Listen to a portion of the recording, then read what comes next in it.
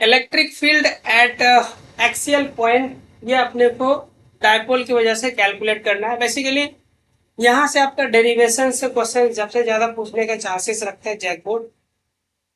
Electric field axial point पे, electric field equatorial point पे, electric field general किसी point पे। जनरल वाला बहुत कम पूछता है, लेकिन ये फेवरेट है उसका, एक्सियल पॉइंट और आपका इक्वेटोरियल पॉइंट पे। तो कैसे कैलकुलेट करेंगे? तो सबसे पहले हम लोग अभी देखिए, इस निगेटिव चार्ज की वजह से इस पॉइंट पे इलेक्ट्रिक फील्ड का डायरेक्शन कैसा होगा, उसी की ओर होगा। तो इसको ई माइनस, इस प्लस चार्ज से इस पॉइंट, प्लस चार्ज की वजह से इस पॉइंट पे इलेक्ट्रिक फील्ड का डायरेक्शन किधर होगा, बाहर की ओर। तो ये बाहर, इलेक्ट्रिक फील्ड बाहर की ओर होता है प्लस चार्ज की वजह से, तो ये बाहर की ओर हो गया। अब इस पॉइंट पे नेट इलेक्ट्रिक फील्ड कैसे कैलकुलेट करेंगे? जो दोनों में तगड़ा होगा, तगड़े में से छोटे वाले को घटा देंगे तो नेट इलेक्ट्रिक फील्ड आ जाएगा।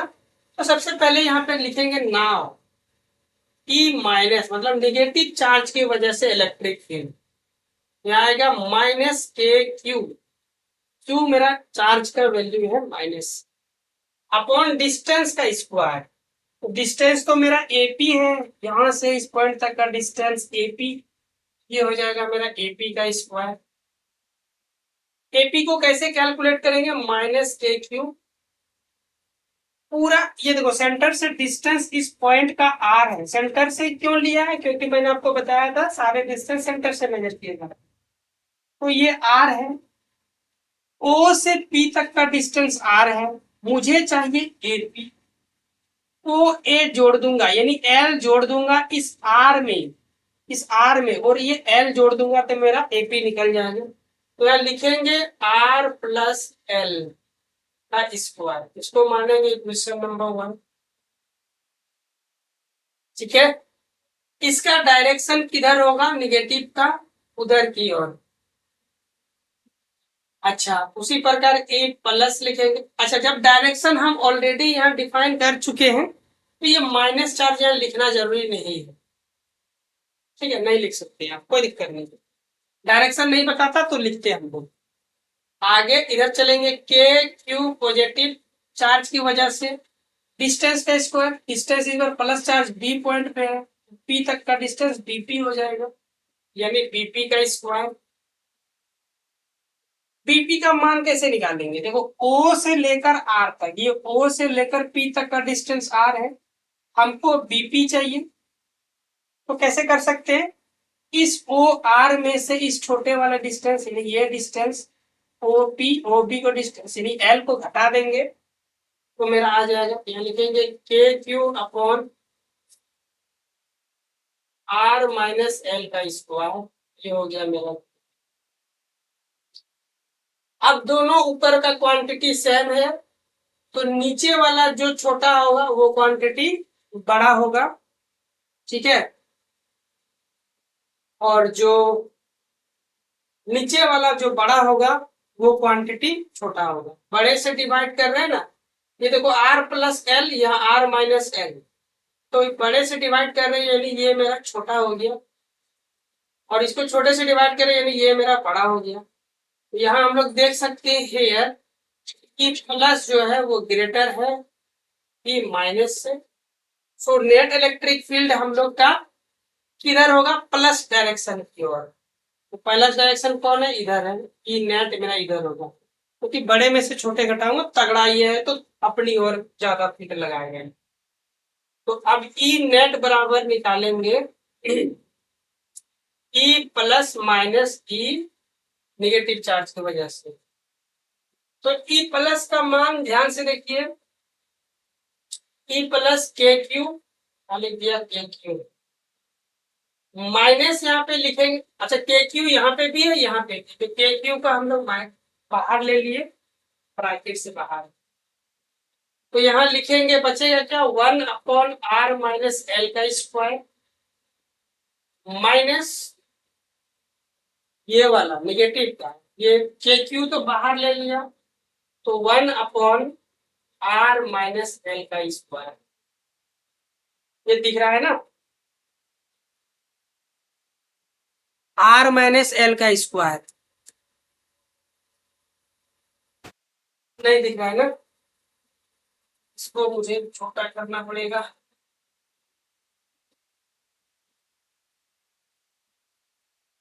वन अपॉन आर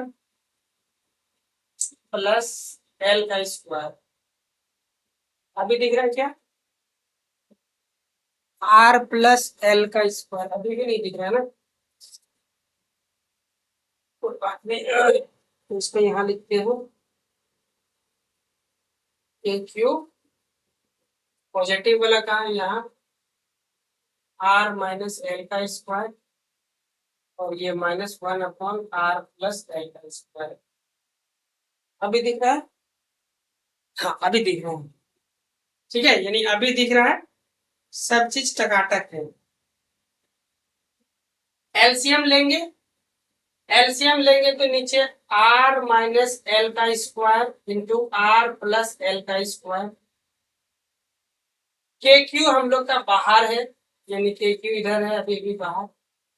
इसको एलसीएम में डिवाइड करेंगे तो पूरा ये कटेगा, बचेगा ये, इसको वन से गुना करेंगे तो ये हो जाएगा आर प्लस एल का स्क्वायर माइनस, इसको एलसीएम में डिवाइड करेंगे तो पूरा कटेगा, बचेगा ये, इसको वन से गुना करेंगे तो होगा आर माइनस एल का स्क्वायर, के क्यू बाहर में।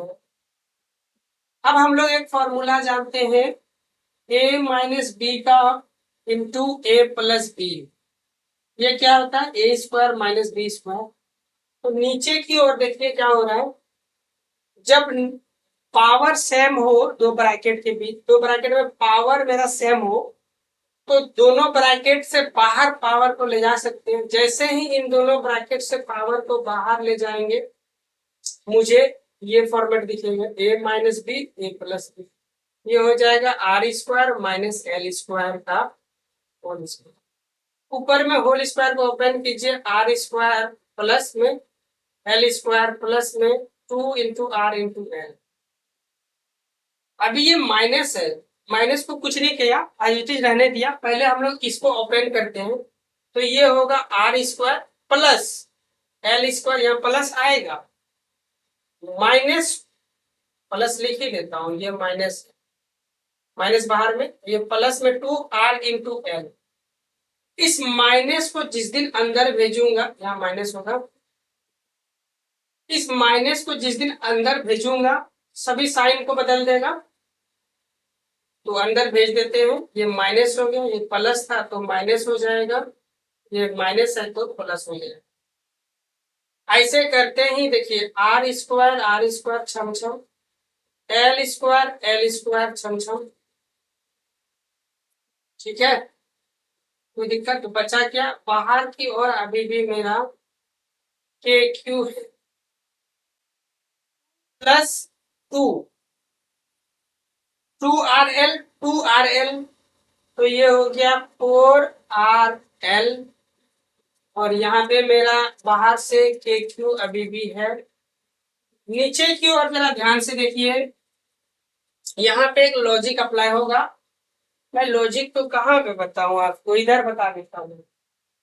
ये जो मेरा एल है वो बहुत छोटा है आर से, तो जब स्क्वायर कर देंगे तो और भी छोटा हो जाएगा आर से, तो एल स्क्वायर को हम लोग 0 के बराबर लिख सकते हैं, यानी 0.4 को स्क्वायर करने पे और छोटा वैल्यू मिलेगा, 4 का स्क्वायर 16 होता है, और ये देखिए इससे भी छोटा है इस तरह से, यानी छोटे वैल्यू को स्क्वायर करोगे तो और छोटा मिलेगा, तो आर स्क्वायर को हम लोग 0 के बराबर रख सकते हैं।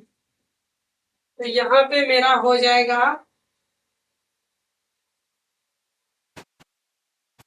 आर स्क्वायर, ये मेरा 0 के बराबर चला गया, तो केवल ये बचेगा, ठीक है, को बाहर रहने दिया, इस दो चार को दो बाहर ले लिया, और जो दो बचा उसको टू इंटू एल, इस एल के साथ मल्टीप्लाई कर दिया, और क्यू को बाहर लिख दिया, ऐसे इसके साथ लिख दिया। इससे फायदा हो गया हमको, टू एल क्यू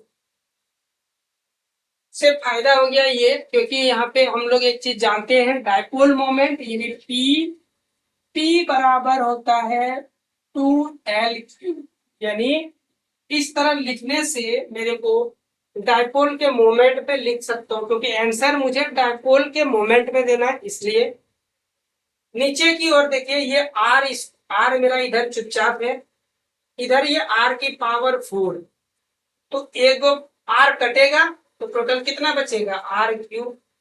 ये दिख रहा है ना, हाँ दिख रहा है। तो मैं इसको लिख सकता हूं 2K, ये तो हो गया मेरा P/R3, यानी ई नेट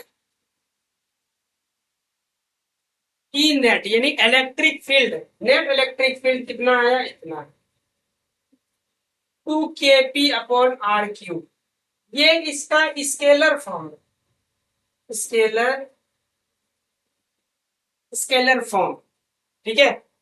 यदि वेक्टर के फॉर्म में इसको दिखाना चाहेंगे तो कैसे दिखाएंगे, इलेक्ट्रिक डायपोल मोमेंट का डायरेक्शन देखिए इधर की ओर है, निगेटिव से पॉजिटिव होता है, उधर की ओर है। नेट इलेक्ट्रिक फील्ड का डायरेक्शन भी उधर ही है, यानी डायपोल के डायरेक्शन का जिधर होगा इलेक्ट्रिक फील्ड का भी डायरेक्शन उधर है। तो इसको वेक्टर फॉर्म में लिखेंगे, वेक्टर फॉर्म यहां दे देता हूं, वेक्टर फॉर्म ई नेट बराबर मेरा हो जाएगा 2KP/R3। यहाँ वेक्टर को प्लस साइन के साथ रिप्रेजेंट करेंगे। ये हो गया वेक्टर फॉर्मेट। इसका मतलब जो भी इलेक्ट्रिक डायपोल मोमेंट का यूनिट वेक्टर होगा उसके डायरेक्शन के सेम डायरेक्शन में मेरा इलेक्ट्रिक फील्ड होगा।